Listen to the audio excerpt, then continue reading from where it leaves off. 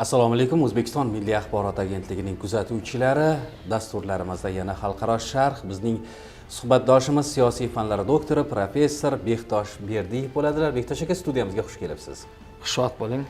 Bektosh aka, men sizni bir mavzu bo'yicha fikrlaringizni bilmoqchi edim. Bu ko'p va xo'p gapirilgan va gapirilayotgan Rossiya-Ukraina munosabatlari.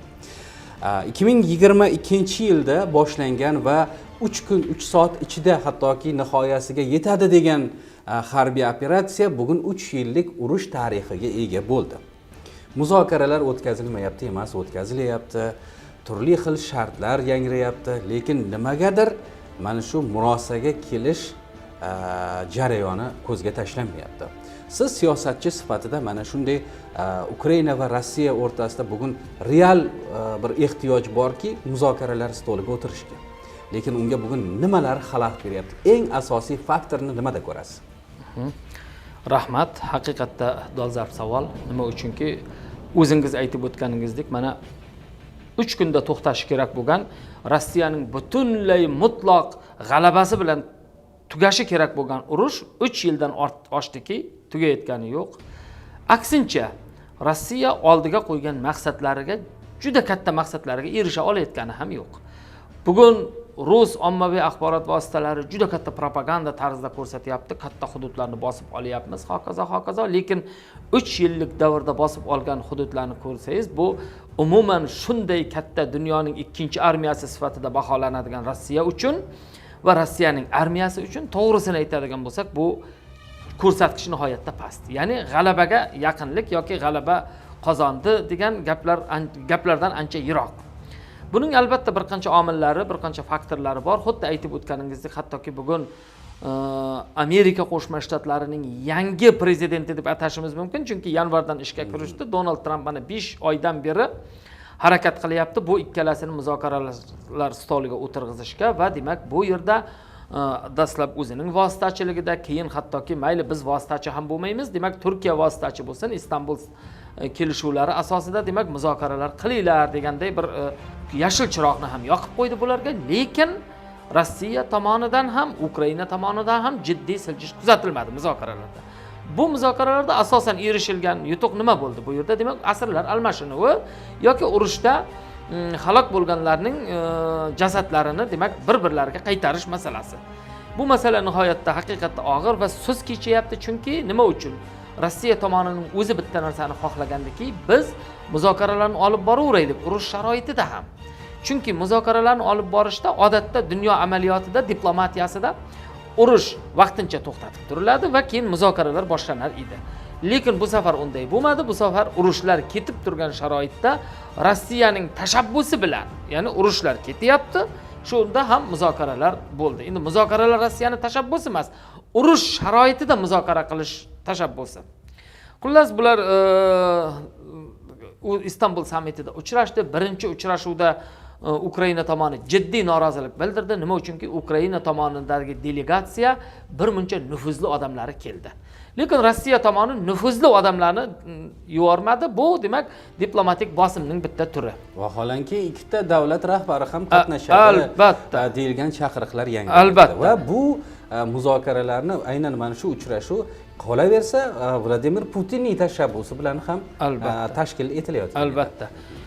Lekin bu yerda Rossiya tomoni oxirgi paytlarda, so'nggi paytlarda bu ikkita muzokaraga ham o'ta jiddiy qaramadi.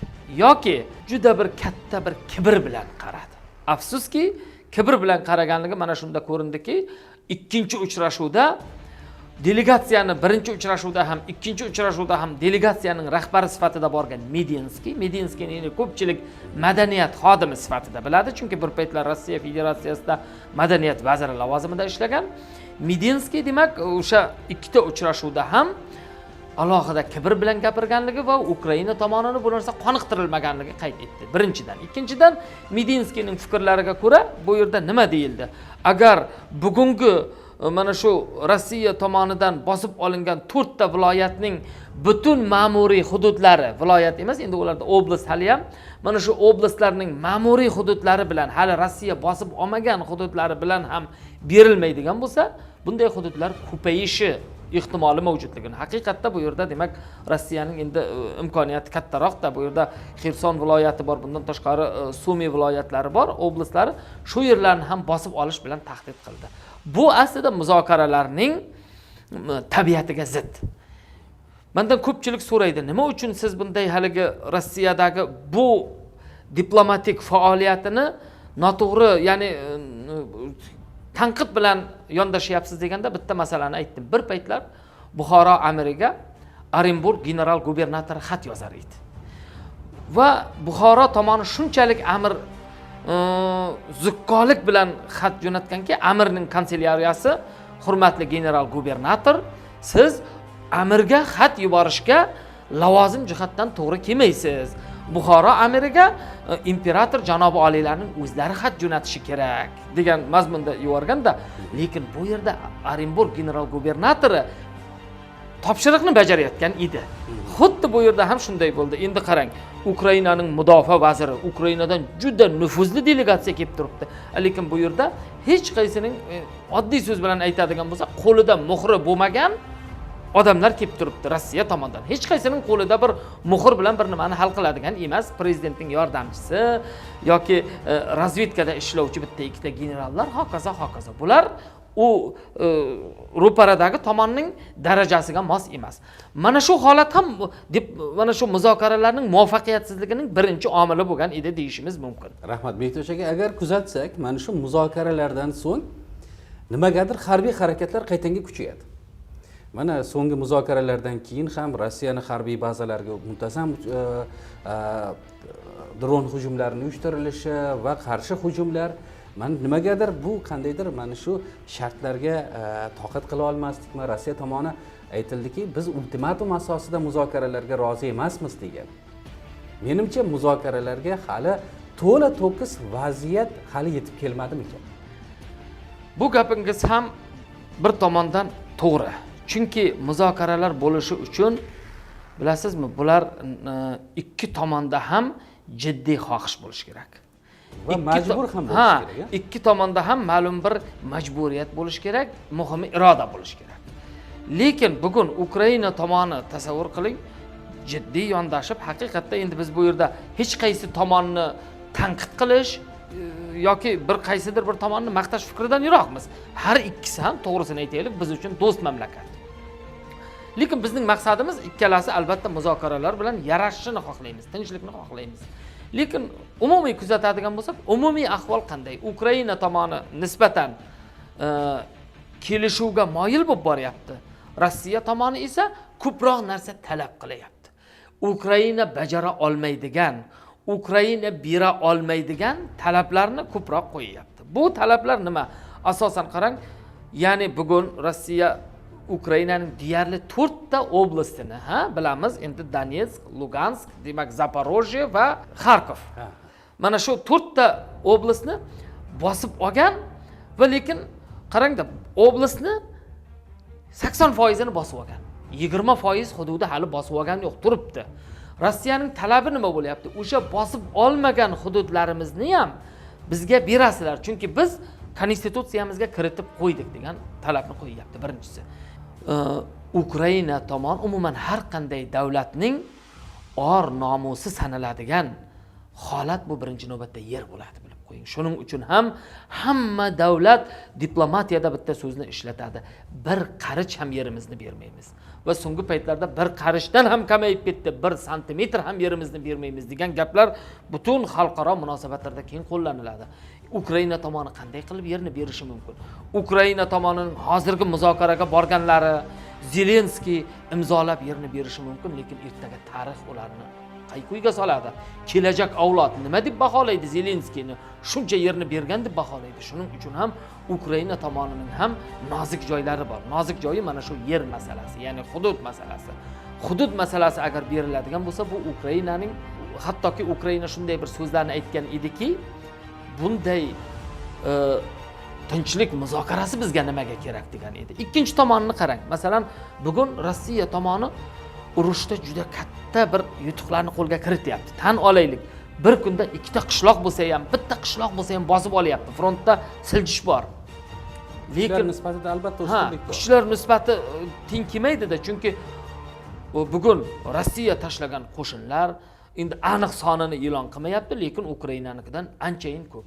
Ukraina tomoni e'lon qilyapti, bizning 1 million askarimiz bor, lekin tasavvur qiling, bu juda uzun front chizig'iga Rossiya chalg'ituvchi manyovrlar bilan hujum qilyapti. Bugun bitta front chizig'ining bir hududida katta bir hujumga o'tadi. Ukraina juda uzoqdan bo'lsa-da qo'shinni logistikasi bor, ya'ni olib kelib o'sha tashlaganda Rossiya boshqa tomondan hujumni kuchaytiryapti. Bunday imkoniyatlar bor, texnik imkoniyatlar. Nima uchun texnik imkoniyatlar deyapmiz? Asosiy qurol-yarog' Rossiyani o'zi ishlab chiqaradi. Ukraina esa-chi hammasini xorijdan nimaga oladi? Ya'ni shunchaki yordam sifatida qabul qiladi. O'zbeklarda bitta maqol bor, bilsangiz, qo'ldan berganga qush to'ymas deydi. Bugun frontda mana shunday vaziyat bo'lganligi uchun ham to'g'risini aytsak, salgina Rossiya tomonining qo'li ustunroq kelib turibdi va bu muzokaralarning samarali va muvaffaqiyatiga ham albatta salbiy ta'sir ko'rsatadi. Rahmat. Aynan aytib o'tdingiz, Amerika Qo'shma Shtatlari prezidenti Donald Trampning o'sha saylovoldi kampaniyasida ham urushlarni to'xtatish bo'yicha chaqiriqlari juda katta qarshi olindi, balki saylov muvaffaqiyatiga ham ijobiy ta'sirini o'tkazgandir. Tramp ham o'z so'zida turdi, muzokaralarga vositachilik qilishga imkoniyatlarini ishga soldi, Putin bilan bir necha marotaba telefon orqali muloqot qildi va bu joyda bir jihat aynan Amerika, aynan Tramp tashabbusi bilan Ukrainaning mineral resurslar bilan bog'liq kelishuvi ko'pchilikda bir ikkilanishlarni paydo qildi. Ehtimol Amerika ham yana qandaydir manfaatni ko'zlab, yana bir qandaydir bir sharoitni kutayotgan ham bo'lishi mumkinmi? Ukraina tomonidan o'sha ketkazilgan deb da'vo qilayotgan o'sha 500 milliard dollarga yaqin bir mablag'ni qaytarib olish uchun ham bir muzokaralarga astoydil kirishmayotganmikan degan bir menda bir fikr borda, shaxsiy fikr. Endi qarang. Amerika Qo'shma Shtatlarining siyosati va siyosiy tizimi nimasi bilan farq qiladi? Masalan, keling, oddiy Xitoyniki bilan solishtiradigan bo'lsak. Xitoy biron bir davlatga kuchli investitsiya kiritaman deydigan bo'lsa, kirita oladi. Nima uchun? Xitoyda hukumat kuchli va asosiy biznesmenlarga, investorlarga, boshqalarga hukumat so'zini o'tkaza oladi.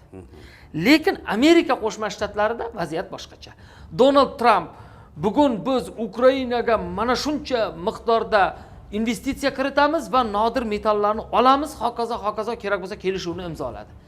Lekin bu yerdagi risk, urush bo'layotgan hudud eng katta risk hisoblanadi investorlar uchun. Chunki bu yerga qancha investitsiya olib kelsa, qancha texnologiya olib kelsa, u urush sharoitida yo'q bo'lib ketishi mumkin. Shuning uchun investorlar hech qaysi Ukrainaga shoshilayotgani ham yo'q. Ular kerak bo'lsa Donald Trampning gapini bir tinga olmaydi, qilmaydi ham. Chunki bu yerda xususiy mulkchilik juda kuchli. Investorlar kerak bo'lsa Donald Trampdan 10 baravar boy, kerak bo'lsa AQSh hukumatidan boy bo'lgan investorlar bor. Ular nima uchun Ukraina Donald Trampning shoshma-shasharlik bilan imzolagan bu kelishuviga ular rioya qilish kerak. Shuning uchun ham bu yerda mana shu muammolar vujudga kelyapti. Nima deb o'ylaysiz? Men bir savol berishni yaxshi ko'raman, bir o'zim uchun ham qiziq. Ukraina Rossiya o'rtasidagi urush, kimnidir tili bilan aytganda ziddiyat yoki yana kimnidir tili bilan aytganda harbiy operatsiya qachon va qanday shartda nihoyasiga yetadi? Final kelishuv yaqinmi? Shaxsiy fikringiz? Yo'q, mening fikrimcha yaqin emas. Bu urush ko'pchilik aytayapti yaqin, tugashi mumkin, u bu deydi. Mening fikrimcha u yoki bu shaklda uzoq yillar davom etadi.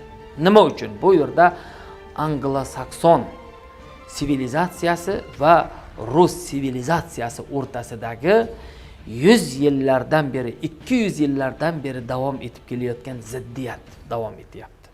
Bir paytlar bilamiz, Markaziy Osiyoni ham, O'rta Osiyoni Angliya tomoni shoshilinch Hindiston tomonidan kelib bosib olmoqchi bo'lganda, ruslar Markaziy Osiyoni, O'rta Osiyoni o'zlari oldin bosib olgan edi.